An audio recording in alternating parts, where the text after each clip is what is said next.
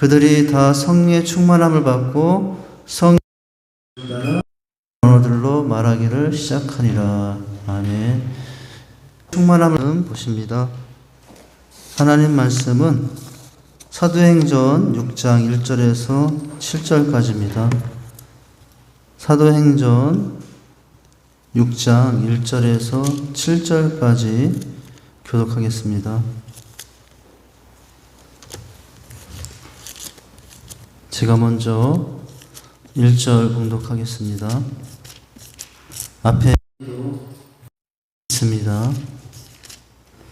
그때에 제자가 더 많아졌는데 헬라파 유대인들이 자기의 과부들이 매일의 구제에 빠짐으로 히브리파 사람을 원망하니 12제자가 모든 제자를 불러 이르되 우리가 하나님의 말씀을 제쳐놓고 접대를 입사하는 것이 마땅하지 아니하니 형제들아 너희 가운데서 성령과 지혜가 충만하여 칭찬 듣는 사람 7을 택하라. 우리가 이 일을 그들에게 맡기고 우리는 힘쓰리라 하니 온 무리가 이 말을 기뻐하여 믿음과 성령이 충만한 사람 스데반과 또 빌립과 부르고로와 니가노르와 디몬과 바메나와 유대교에 입교했던 안디옥 사람 니굴라를 택하여 그 앞에 세우니 사도들이 기도하고 그들에게 안수하니. 다 같이 읽습니다. 하나님의 말씀이 점점 왕성하여 예루살렘에 있는 제자의 수가 더 심히 많아지고 허다한 제자에게 하니라. 아멘. 예루살렘에 있는 제자의 수가 오늘 재직학교 교재의 내용은 제7장입니다. 재직의 교회 봉사에 대해서 같이 나누도록 하죠. 유인물 다 받으셨나요? 예, 오늘은 사도행전 6장 1절에서 7절 읽은 내용 본문을 중심으로 봉사의 의미와 중요성에 대해서 같이 나누도록 합니다. 우리가 이 봉사라는 말이 원래는 서비스에서 나온 말이라고 제가 알고 있는데, 예. 이제 이 서비스라는 말을 우리는 영어지만 너무 일상 우리말이 됐잖아요. 서비스. 그래서 이 가게는 너무 서비스가 좋아. 이 가게는 왠지 서비스가 엉망이야. 그런 말들을 들을 때가 있어요. 근데 서비스는 세상 속에서만 일어나서 우리 공동체 안에서 만약에 어느 교회에서 어떤 사람이 어디 왔는데 그 교회 갔더니 출입문부터 예배 끝나고 나갈 때까지 서비스가 너무 좋더라고. 그 사람들은 이제 서비스라는 개념으로 이해할 수 있잖아요. 근데 그 교회 갔더니 들어갈 때부터 끝날 때까지 시선 한 번 안 주더라고. 여러분 그러면은 주님 영광 가리는 거 아니겠어요? 그래서 서비스가 많은 성도 개인도 좋은 거지만은 우리 교회적으로도 이런 서비스 봉사 이런 것들이 또 이제 제대로 되어야 교회가 또 하나님 사랑을 더 나타낼 수 있는 거 아니겠습니까? 여러분 집에서도 다 서비스 하시잖아요. 남편에게 때마다 식사 서비스 하시려고 얼마나들 수고 많으세요. 요즘 우리 집사람이 고구마 사느라고 얼마나 그 서비스를 하느라고 그래요. 제가 밥을 하루에 저녁에 쌀밥을 저녁에 딱 한 번 먹거든요. 아침에는 사과, 고구마, 요플레. 점심에는 또 고구마. 그리고 저녁에는 이제 그때서야 밥. 그런데도 요즘 베들레헴이 부흥하고 있어요. 이제 또 문제인데. 요즘 우리 집사람이 고구마 구하는 사람하고 참 고생이 많더라고요. 보니까 요즘 시기인 고구마가 보관이 이렇게 쉽지 않아가지고, 지금 고구마 얘기할 시간이 아닌데. 일단, 고구마가 이게 보관이 쉽지 않아서, 캤을 때는 금방 싱싱도 하고, 그런데요, 잘못 싸우면 이 고구마가 상한 부분은 굳어있고, 막 썩은 부분들은 쓴내가 나고 그래요. 근데 요즘 우리 집사람이 저기 성안에 마트도 가고, 농산물도 가고, 뭐 그러면서, 그저께는 여보 빨리 나와 막 그렇게 하는 거예요 밖에서. 그래서 옛날 같으면 들은 척도 안 하고 있을 텐데 요즘은 제가 제 대답을 그때 막 잘하거든요. 처음 보자마자 왜 막 이러면서 이제 나갔더니 저희 차 있는데 가서 좀 갖고 오라고 갔더니 뭐가 있는데 이렇게 고구마가 있다고. 그 말을 듣는 순간 나를 서비스하기 위해서 그렇게 헤매다가 고구마 드디어 찾아왔구나. 그래서 그 서비스에 너무 요즘 감사하고 있습니다. 아니 지금 다른 얘기할 시간이 고구마 얘기할 시간이 아니고 일단 서비스 얘기하고자 한 거예요. 또 우리 집안에서만 그렇겠어요? 우리 여러분 가정에서 남편 자식들 맨날 그거 죽이고 또 뭐 할까? 맨날 그게 그거 같지만 우리 하는 사람은 얼마나 그게 신경이 많이 쓰이겠어요. 저는 그건 잘 모르겠어요. 신경이 많이 쓸 것 같아요. 오늘 이것 줄까 저것 줄까. 이건 어제 준 건데 또 주면 안 되지 이러면서 그렇게 생각하는 게 이제 봉사 서비스잖아요. 서로 가정 안에서도 이렇게 봉사가 있고 그런 마음이 있으면 그 마음이 사랑이 전달이 되는 거잖아요.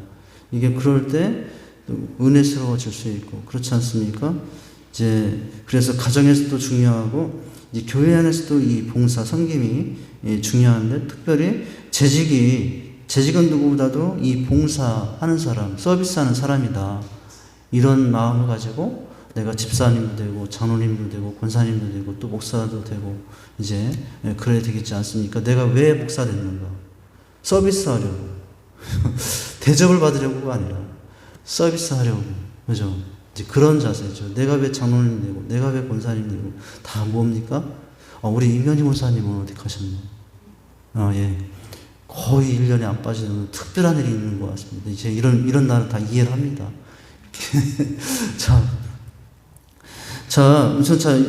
이제 본문으로 들어가죠. 유인물로 들어가면은, 이제 오늘 봉사에 대해서 보고 있는데, 재직의 의무와 특권입니다. 봉사는 의무이기도 하지만 특권이라고 하는 사실. 이게 중요하다고 그랬죠? 특권이라는 사실. 여러분, 특권을 어떻게 하는지 안 뺏기려고 하잖아요.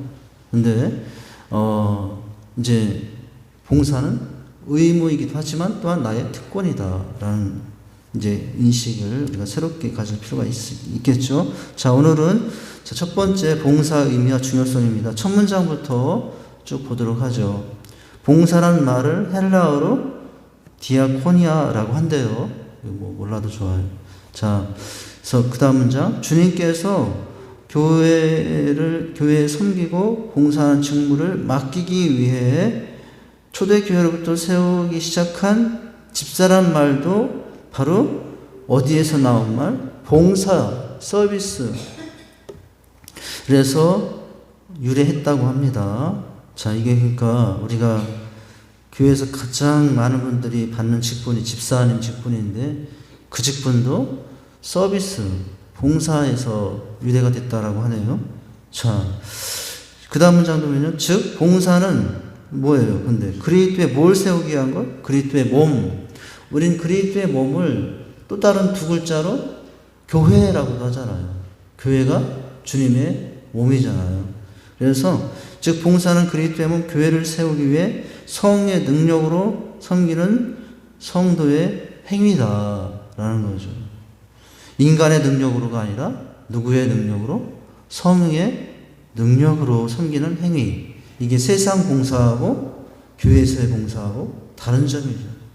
세상은 내 힘, 내 지식, 내 배경 가지고 하지만은 우리는 물론 교회 안에서도 내 지식, 내 경험, 내 시간, 내 은사 가지고 하지만 더 중요한 것은 그래도 성령의 능력으로, 성령의 감동으로 하는 것이 교회 참다운 봉사의 모습이 되겠죠.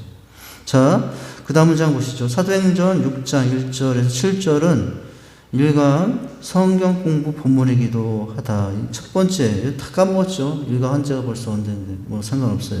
내용을 복습하면 다음과 같은데, 자, 첫 문장 또 보시죠. 사도행전 6장은 교회가 내적으로 더욱 성숙해진 모습을 보여준다. 사도행전 2장에서 오순절 마가다락방에서 교회가 탄생했잖아요.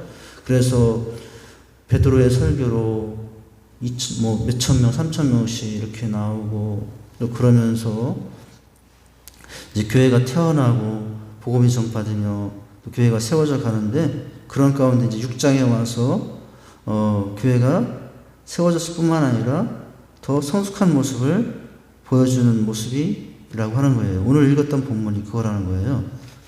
자, 또 보시죠. 그 가운데 본문은 처음으로 교회 조직이 형성되는 과정을 통하여 교회 직분자의 직무가 복음 전도, 교회 직분자의 가장 중요하고 섬기고 봉사해야 될 내용이 복음 전도, 영혼 살리는 것이고 봉사 생활에 있음을 보여준다라고 하는 걸 이제 그 뒤에 보도록 하죠. 초대교회의 공동체에서 효과적으로 복음 전파와 봉사를 경험하기 위해서 무슨 집사? 몇 명 집사를 세웠어요? 7 집사를 임명하는 과정을 알 수 있다. 오늘 말씀에 뭐 잘 이름도 모르던 스데반은 잘 알죠. 빌립도 잘 알고 그 나머지 분들은 잘 우리가 평소 잘 듣지 못하는 이름 브로노고 니가노르 디몬 바메나 발음이 잘 안 돼요. 니골라 뭐 이렇게 있습니다. 자 이렇게 택했어요. 임명하는 과정을 볼 수 있는데 그래서 1, 2절은 뭘 보여주냐면 7 집사를 세우게 된 동기. 그죠? 왜 원망하니? 그죠? 사도가 불러 하나님의 말씀 제쳐놓고 접대한 일삼느니 이제 왜 세웠느냐? 라고 하는 거죠. 제대로 또 효율적으로 역할 분담해서 교회를 세우고 복음을 감당하기 위해서죠. 자, 그리고 자격이 있잖아요. 어떤 자격이냐. 3절 앞부분은 7 집사의 자격인데 성령과 지혜가 충만하여 칭찬받는 사람 여러 자격이 있죠. 그리고 3절 하반절부터 4절은 집사의 책무 자, 집사로 임명받아 봉사해야 될 내용 이것이 뭐였느냐 그죠? 그들을 이렇게 맡기고 오직 기도하는 일과 우리는 기도하는 일과 말씀 사역에 힘쓰니라 이렇게 했죠. 그 다음에 이제 5, 6절에서는 집사 선출의 방법 뭐예요? 이제 그것이 나오고 있다라고 하는 거예요. 믿음과 성령이 충만한 사람 누구누구를 택하여 사도들 앞에 세우니 사도들이 기도하고 안수하였다라고 하죠. 자, 그리고 이제 7절은 집사 선출과 결과가 어떻게 됩니까? 이렇게 했더니 놀라운 결과가 있었는데 여러분 7절 말씀 한번 같이 읽어볼까요? 7절 이렇게 이런 결과가 나오고 있어요. 이따 또 보겠지만 시작. 하나님의 말씀이 점점 왕성하여 예루살렘에 있는 제자의 수가 더 힘이 많아지고 허다한 제사장의 무리도 이 도에 복족하니라. 사람을 이렇게 균형 있게 잘 선택하여 세웠더니 말씀이 왕성하여 그리고 수가 더하여 이제 그리고 심지어 허다한 제사장의 무리도 도의 말씀에 복종하는 역사까지 일어나는 모습이 있어요. 사람을 잘 세울 때 이렇게 이런 은혜를 베푸시고 계시죠. 자, 그러면 이제 오늘 본문 이렇게 전체 윤곽을 봤고요. 그러면 이제 첫 번째부터 다시 보겠습니다. 7 집사를 세우게 된 계기가 1, 2절에 나오잖아요. 자, 첫 번째 문장부터 보시죠. 유대 지방을 떠나 외국에 흩어져 살다가 돌아온 경건한 유대인들을 가리켜 헬라파 유대인이라고 하는데 이들 중에도 복음을 영접하고 예루살렘 교회 공동체 생활하는 자들이 많이 있었다. 여기 헬라파 유대인, 그러니까 그 히브리 유대인들하고 헬라파 유대인들 이제 두 종류가 있는데 헬라파 유대인들, 한마디로 우리가 흔히 말하는 이방인들, 그리고 전통 유대인들, 히브리 유대인들, 이 두 부분으로 교회가 있어요. 교회가 출신을 보니까 딱딱 크게 나누면 두 부류. 헬라파, 원래 이방인 출신의 성도들, 그리고 전통적으로 유대인의 혈통을 가진 전통과 히브리파 유대인들이 교회 안에 함께 모인 거죠. 자, 그렇게 있었다는 거예요. 예루살렘 교회 공동체 생활하는 자들이 많이 있었다. 하지만 그 다음 문장, 히브리파 유대인들에게 밀려 이제 구제에서 제외되었고 밀릴 수밖에 없겠죠. 왜냐하면 히브리파 전통 유대인들이 이제 예수님도 유대인이고 이제 그러니까 요즘 인종차별하고 뭐 그런 문제도 있지만 이 당시도 그런 모습에서 본다면 차별이 있었던 거죠. 똑같은 교회 안의 성도인데 헬라파냐 히브리파에 따라서 이제 누가 좋은 곳에 또 누가 중요한 일에. 근데 보니까 헬라파 유대인들이 히브리파 유대인들에게 밀린 거죠. 이에 헬라파 유대인들이 어떻게 하는지 원망하는 일이 발생한 것이다. 더욱이 사도들은 그들에게 주어진 본래 사명인 복음 전파에 진력했음에도 불구하고 교회의 대소사를 친히 주관하는 일로 인하여 무엇 이외에 복음 전파 이외에 교회 행정과 관계된 부수적인 문제들까지 처리하기에는 역부족이었다. 그러니까 전문 사도들이 뭐예요? 전문 사도들이 예수님의 12제자와 그의 사도들이 할 일은 복음 전파인데 이게 역할 분담이 안 되어 있으니까 복음도 전도도 해야지 교회 행정도 돌봐야 되지. 이런 현상들이 일어났다는 거예요.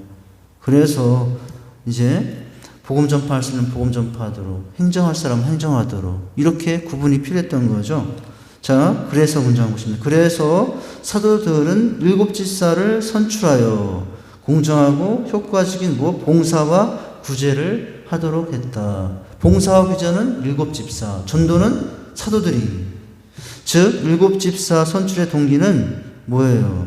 주님의 몸인 무엇을? 교회를 하나 되게 하고 사랑으로 섬기기 위한 것이다 라는 거죠. 그래서 어느 한쪽에 치우치지 않고 역할 분담에 따라서 어떤 사람은 봉사, 규제로, 어떤 사람은 복음 전하는 일로 이렇게 잘 하도록 하기 위해서 세운 거죠. 지금 시대로 말한다면은 우리 권사님, 장로님, 목사, 또 전도사님, 우리 간사님 계시지만 간사제도, 이런 여러 가지 다 제도가 왜 있는 거죠? 이게 다 세우는 동기가 각각 역할에 따라서 이제 사명을 효과적으로 감당하기 위한 거죠. 자, 그래서 우리는 일꾼을 세운다라는 거죠. 그렇게 될 때 오늘 7장 왕성, 그죠? 점점 왕성하여. 서울에 가면 왕성교회라는 데가 있어요. 우리 총회장님이 나온 교회인데 여기서 교회 이름을 지은 것 같은데 왕성교회라고 있어요. 왕성교회. 이제 의사 하시다가 목사님 되시고 총회장까지 하셨던 목사님인데 이제 이렇게 했더니 왕성해졌다. 그죠? 하나님의 말씀이 왕성해지고 수가 더하여 됐다라는 거죠. 자, 그 다음에 이제 자격을 볼까요? 어떤 사람들이냐? 3절. 자, 집사의 자격은 성령과 지혜가 충만하여 어떤 사람? 칭찬 듣는 사람, 비난받고 이런 사람이 아니라 칭찬 듣는 사람이다. 성령이 충만해야 하나님의 뜻대로 올바르게 봉사할 수 있고 성령께서 주신 지혜가 있어야 올바로 판단할 수 있으며 타인에게 존중받는 사람. 그래서 첫 번째가 뭐냐면은 성령, 지혜, 칭찬인데 첫 번째 자격이 뭐냐면은 성령이라는 단어가 먼저 나오잖아요. 성령. 그 다음에 지혜. 그 다음에 충만이죠. 이걸 이제 이 문장에서 그렇게 설명해 냈잖아요. 다시 한번 읽어드리면 성령이 충만하여 하나님의 뜻대로 봉사할 수 있고 성령께서 주신 지혜로 올바로 판단할 수 있으며 타인에게 칭찬, 존경. 자, 타인에게 존경받는 사람이어야 교회를 이끌어갈 수 있기 때문이다. 그래서 이런 사람을 택한다. 성령 충만한 사람, 지혜가 있는 사람, 그리고 칭찬 듣는 사람. 이 자격 요건은 오늘날에도 목회자와 교회 직분자에게 있어서 필수적인 요소라고 할 수가 있다라는 거죠. 2000년 전이나 2000년 후 지금이나 2000년 후 4000년대나 사람을 세울 때 사람은 어느 시대나 그 사람이 그 사람이거든요. 2000년 전 사람이 그 사람이 그 사람이에요. 지금 2000년 후나. 그러니 자격도 동기도 똑같을 거라는 거죠. 자, 책무는 뭐냐? 자격을 봤어요? 자, 3, 4절에 책무가 나와 있는데 뭡니까? 사도들은 기도와 말씀 전파에 전념하고 집사들은 뭐예요? 구제와 봉사의 책무를 담당하였다. 사도들은 말씀 전파, 기도 말씀, 그리고 집사님들은 구제 봉사 책무를 담당하였다. 그러나 후에 7 집사의 비중이 커지면서 점차 말씀 전하는 대표적인 사람이 스데반 집사님이잖아요. 여기 보면 첫 번째 사람이 스데반. 근데 스데반 집사님이 나중에 말씀 전하다가 돌 맞아 순교하는 장면이 그 뒤에 나오기도 하잖아요. 처음에는 이렇게 했지만 집사님들이 또 말씀 전파하는 일 있게 되었고 기사와 표적까지 행하였는데 교회 지도자로 성장하였죠. 이제 사람이라는 게 꼭 평생 집사만 합니까? 그분이 은혜 받아서 나중에 목사님도 돼요. 보니까 많은 목사님들이 집사직분 갖다가 은혜 받아서, 또는 어떤 장로님들은 장로님 감당하다가 은혜 받아서 목회자가 되기도 하고, 뭐 그러지 않습니까? 그러니까 평생 집사는 집사만 이렇게 역할을 감당하는 것이 아니라 주어진 상황과 성장에 따라서 얼마든지 이 책무는 달라질 수 있는 거지요. 자, 오늘날에도 집사의 책무는 하나님과 교회를 향한 봉사와 전도, 자, 봉사와 전도의 힘쓰임을 보여주고 있죠. 자, 선출 방법을 볼까요?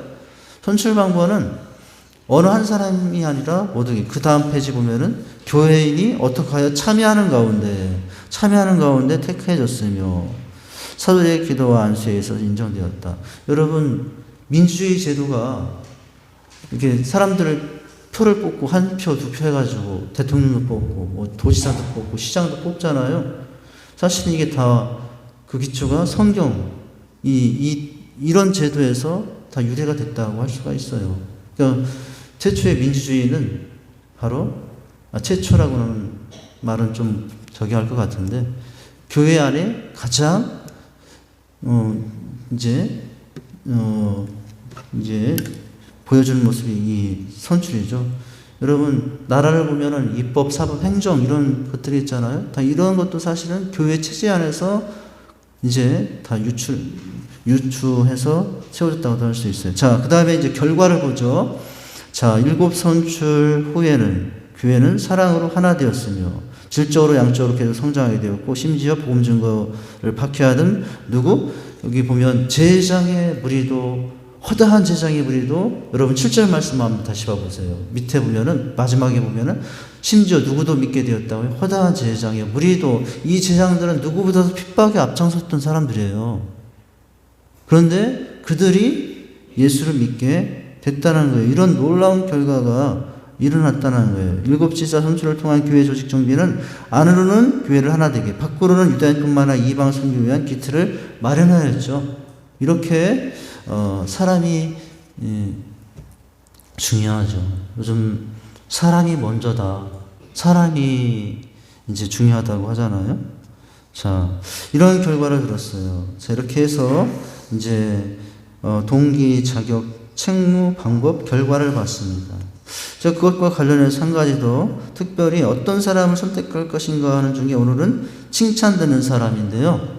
자, 3절 말씀을 좀 다시 한번 보도록 하죠. 시작. 초대교회 집사 선택의 기준으로 성령과 지혜가 충만하여 칭찬되는 사람. 세 가지가 있어요. 성령, 지혜가 충만한, 두 가지네요. 칭찬되는 사람이라고 했다. 여기서 칭찬되는 사람의 쓰이는, 뭐 이건 몰라도 되겠고, 또 증거하다라는 뜻의 현재 수동, 뭐 이것도 그렇고. 자, 증거받은 사람들이다라는 거예요. 이제 법률상 전문 용어로서 이 사람은 뭐예요? 어떤 사실이나 사람에 대해 증인이 되다라는 뜻이랍니다. 자, 그 다음, 즉 엄밀히 말해서 어떤 사람이 승소할 수 있도록 유리하게 증언하다는 의미를 함축하고 있는 것이다. 이런 원어적 배경에서, 자, 이 유리한 증언을 받는 사람을 의미하게 되었다.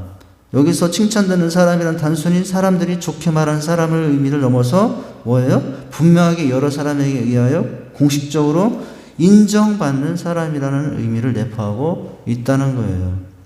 우리는 교회 일꾼된 자들 혹은 직분자들에게 1차적으로 요청되는 것은 성령과 지혜의 충만함이며, 더 나아가서 자신의 신앙생활로 그것을 나타내 보임으로 다른 사람들에게 인정받는 것이 절대 필요하다라는 거죠. 그러니까 뭐 사람에게 인정받고 칭찬을 받고 있다면 그 사람은 당연히 누구에게도 인정받고 칭찬받을 사람이겠어요? 사람에게도 칭찬받는데 하나님께도 너무나 당연히 칭찬받고 인정을 받을 수 있는 분이겠죠. 자, 자, 그 다음 문장 보면요. 모든 그리스도인에게 있어 봉사하는 주님을 예배하는 삶이요 이웃을 세우는 헌신이다라는 거예요. 봉사는 예배하는 삶, 헌신이다. 자신을 행복하게 만드는 길이 뭐예요? 봉사라는 거예요. 그럼 봉사를 많이 하신 분들을 보면 얼굴이 참 늘 화사하더라고요. 봉사를 막 어려운 사람들을 잘 섬기고 봉사하는 사람들 얼굴 보아서 얼굴이 어두운 사람을 본 적이 없어요. 이제 그렇게 봉사하면서 행복하니까 얼굴이 평안하고 이제 일반적으로 그런 것 같아요. 자신을 행복하게 만드는 길이 바로 이 봉사다. 나아가서 교회를 세워주는 도구입니다. 그러므로 재직에 봉사하는 신앙생활의 번식이요 교회 성장을 위한 필수 요건입니다. 자, 어떻게 누가복음 10장 40절과 42절을 본문으로 보면 여기 마르다 마리아 나사로 집의 이야기인데요. 한번 보시죠. 이걸 읽고 마치죠. 정리하죠. 오늘 성경 본문은 예수께서 마리아와 마르다 나사로의 집에 찾아왔던 일을 기록하고 있다고 하는 거예요.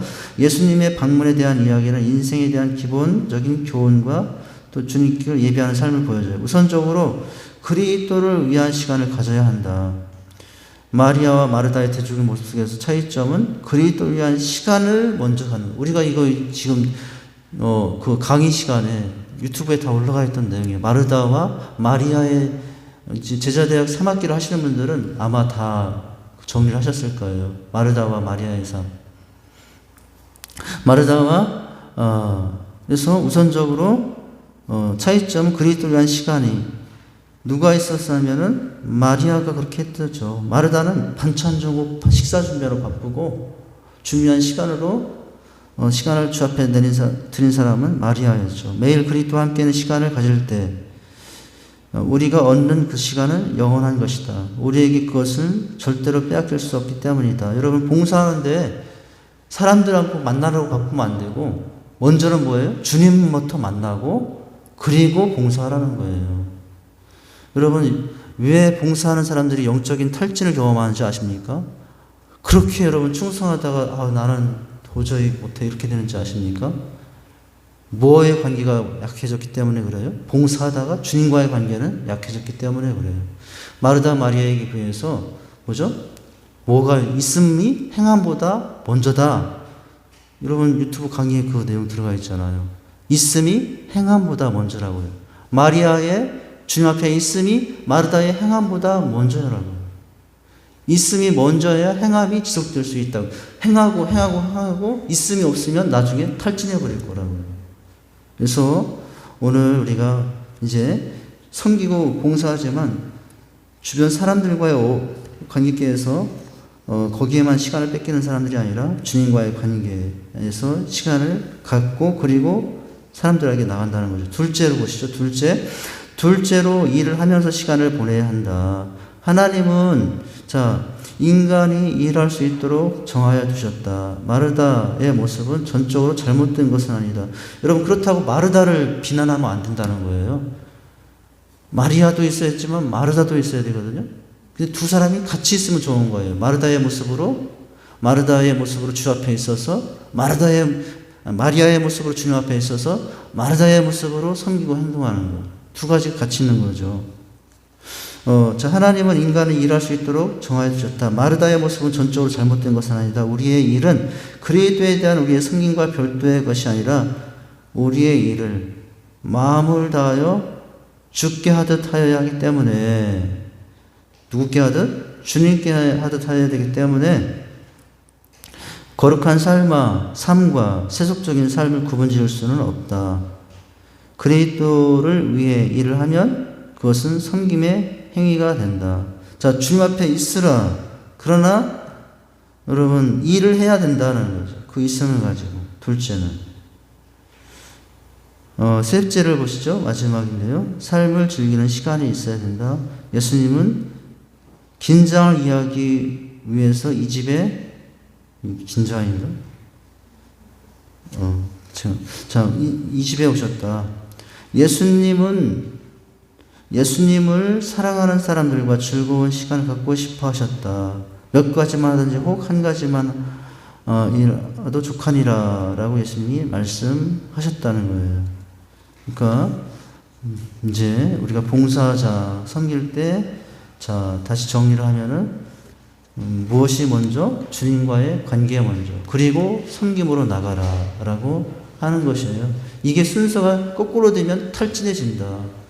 그래서 내가 요즘 왜 이렇게 탈진이 많이 오는가를 이제 상태에 있다면 뭘 돌아보는 거예요? 주님과의 관계가 지금 바로 되고 있는가를 돌아보면 된다는 거죠. 제가 기도하겠습니다. 하나님 아버지, 우리가 또 개인적인 부르심으로 또 한 교회 모여 공동체로의 부르심 속에서 주님이 주신 사명과 일들을 잘 감당함에 여러 재직으로 세움받아 섬기게 됩니다. 오늘 어떤 사람이 어떤 순서로 또 세워질 때 하나님의 은혜가 어떻게 임하는가를 보았습니다. 우리 교회도 이 사도행전의 6장의 아름다운 모습으로 모든 사람들이 아름답게 세워져 주님의 더 큰 영광을 나타내며 주님의 아름다운 교회로 세워져갈 수 있도록 인도해 주시옵소서. 예수님 이름으로 기도하옵나이다. 아멘. 주님의 아름다운